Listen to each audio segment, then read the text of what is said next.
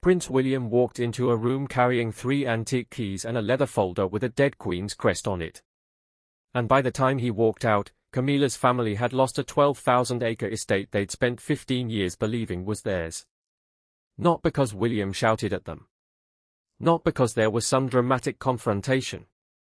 But because a lawyer opened that folder and read one sentence that made every promise King Charles ever made about that house completely meaningless. The estate was never his to give. It never belonged to Camilla's side. And the most brutal part wasn't even the legal language. It was the signature at the bottom of the page. A signature from 1999 that everyone in that room had forgotten about. Let me tell you what Camilla's family just lost. 12,000 acres of prime English countryside. A Jacobean manor house. 42 cottages. Working farms. A private lake. Paintings that have never been publicly exhibited. This wasn't a weekend cottage situation.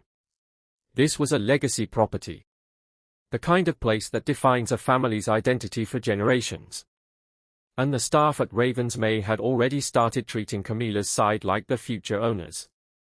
They called one of the upstairs rooms Mr. Parker Bowles's study. Fresh flowers were put in that room that morning. Not because anyone asked. Because that's what you do when you believe someone is about to take ownership of a house. Those flowers were gone by nightfall. Now let's talk about the money. Because this is where it gets staggering. A 12,000-acre estate in the UK with a Jacobean manor, 42 cottages, working farms, and a private lake is worth somewhere between £100 million and £200 million. To put that in perspective, that's more than most people will earn in 100 lifetimes. The income alone from agricultural land, property rentals, and estate operations would generate millions each year. This wasn't just a home. It was a financial empire. And Camilla's family believed it was theirs. For 15 years, they made plans. They measured furniture. They renovated rooms. They selected wines for the cellar. They treated it like their future. And then William walked in with a folder. William arrived at 8:46 in the morning. No motorcade. No announcement. One dark vehicle through the eastern gates. 2 solicitors got out behind him with matching black document cases. Now here's where it gets weird. William didn't use the front entrance. He walked around the house across the wet gravel courtyard and entered through the old estate office. The room where land records have been stored since Queen Victoria's time. Why would the Prince of Wales avoid the drawing room where his family was waiting? Why would he go straight to the records room? Because he wasn't there for a family meeting. He was there to present evidence. He came through the door where the proof lived. And if anyone had understood that in the moment, they would have known what was coming. Camilla found out William was on the property around 9 a.m. and assumed he wanted to discuss renovations. That's not a wild assumption. There had been actual discussions about fixing the east wing. 2 roofs were leaking. There were quiet conversations about renovating cottages for her extended family. Charles had apparently encouraged all of it. That word, encouraged, matters a lot. Because when you're dealing with royal families, private promises are made in rooms where no one asks for proof. And the proof is the only thing that matters. The phrase Charles kept using was 5 words, always have Ravensmay. 5 words that sound like a promise. 5 words that sound like security. But innocent comments become dangerous when someone spends money because they believe them. And that's exactly what happened. Plans were made. Furniture was measured. One relative was considering moving horses to the southern paddocks. Camilla's son was shown the wine cellar and told which bottles were house bottles. Imagine hearing that year after year. Imagine being treated like the future owner every time you walked through the gates. Then imagine William sitting down at that table, placing a 6-page legal opinion in front of everyone, and calmly saying the words, "None of you were beneficiaries." That sentence doesn't just affect the present. It rewrites the past. Every promise suddenly means something different. Every room they claimed now belongs to someone else. Every refurbishment gets questioned. Charles's legal interest in Ravensmay was what's called a life interest. He could live there, He could maintain it. He could collect income from the farms. But he couldn't permanently transfer it outside the settlement's bloodline. Not by promise. Not by letter. Not by royal order. He had lifetime house keys. But he had no say in who got the estate after him. He had promised it to Camilla's family for 15 years. And he had never had the legal authority to do that. Not once. Camilla's daughter asked the obvious question, why can't the king just decide what happens to the estate after his lifetime? The solicitor opened a folder and gave the answer that froze the room. This decision was taken away before his marriage. Not after the wedding. Before it. Someone anticipated this exact conflict years in advance. Everyone assumed it was Queen Elizabeth. That's the natural guess. But William never said her name because it wasn't her. The amendment was signed in 1999. 3 years before the Queen Mother died. 6 years before Charles married Camilla. And the signature on that document wasn't just the Queen Mother's. Princess Margaret signed it, too. And if you know anything about Margaret, you know she was observant, distrustful, and ferocious about family possessions. The archives show she was worried Ravensmay could be married into a family the original settler had never named. She didn't accuse anyone. She didn't need to. The wording did it for her. No spouse, child of a spouse, or descendant unrelated by blood to King George VI may obtain permanent title, controlling interest, or beneficial ownership. Read that again. It doesn't mention Camilla's kids by name. It didn't need to. In 1999, before the marriage that would bring them into the household, they were already excluded. 2 women looked at a future family that didn't exist yet and preemptively locked them out. That's not a fight. That's foresight with a signature. Now let me explain why this was so financially devastating. In 1999, the Queen Mother and Margaret didn't just write a rule. They blocked the specific ways a future king would try to get around the rule decades in advance. Direct transfer? Blocked. Trust for non-bloodline? Blocked. Long-term lease disguised as rental? Blocked. They essentially mapped every move Charles would make and left a counter-move in a folder for 26 years. Charles's first attempt was almost naive. Just name Camilla's children as trust beneficiaries. Blunt. Obvious. William swatted it in one word. Rejected. The second attempt was smarter. A 99-year lease for £1 a year. Technically, nothing leaves the bloodline. William and his children would own the house but be shut out of it for a century. Except Margaret and the Queen Mother thought of that, too. Any lease arrangement beyond 21 years required unanimous trustee approval. Which meant William had to approve it. He rejected that, too. 2 rejected proposals. The answer was no, but 3 weeks later, contractors arrived at Ravensmay. A private residential survey. Not for the leaking roofs.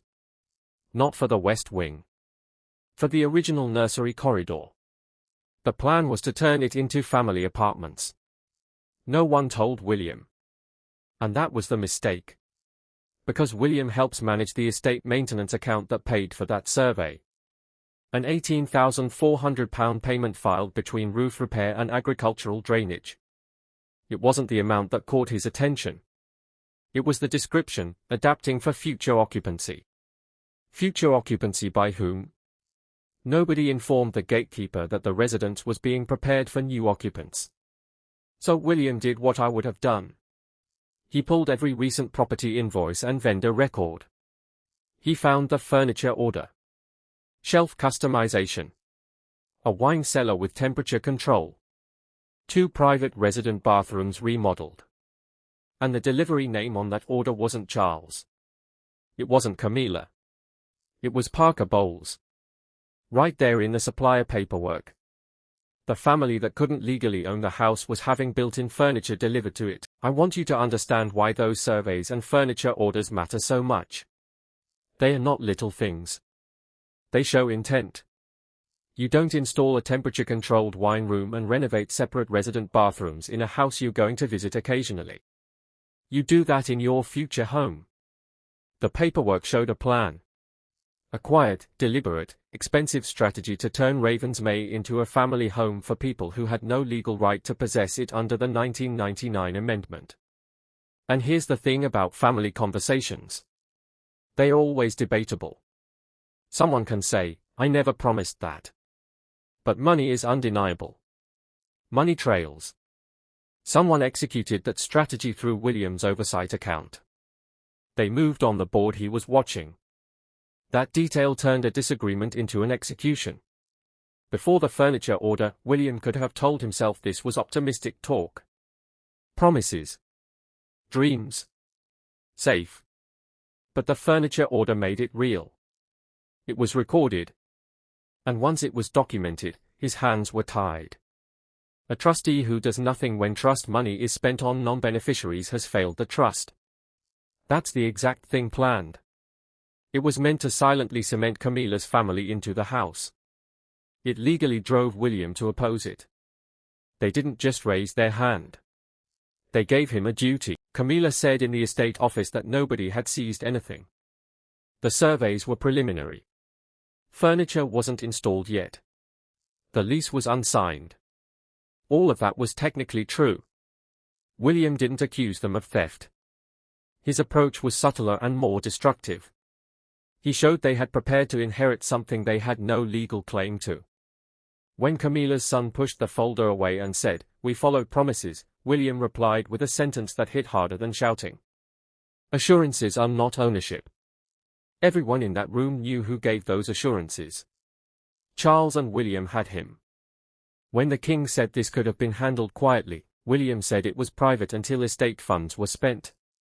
Charles couldn't argue with that.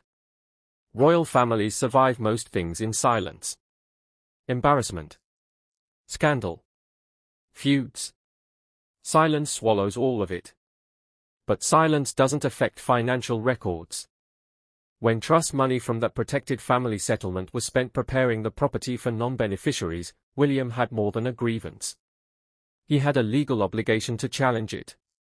And his legal foundation was solid. Camilla reportedly spotted something beneath it that scared her more than the estate itself. If William would search one neglected leather folder for one item, what about the others? The old family settlements rule more than ravens may. A man who reads the fine print on one may read it on all. So she changed her strategy. She stopped disputing ownership. Instead, she asked a different question. Who inherits? And that's where the actual twist emerges. The fourth page was read aloud. The trustee's next qualified recipient inherits Charles's estate. Camilla's daughter jumped. That's William.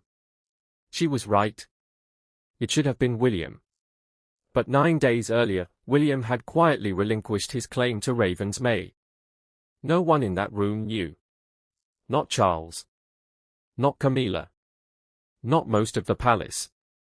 And that's the question that freezes you cold. Why would a guy fight so hard to secure an inheritance and then reject it? William has never articulated his reasoning publicly. So I'm reading his actions rather than quoting him. Look at what the renunciation does. He didn't reject the house. He sought control over its fate. Renouncing his claim was surgical.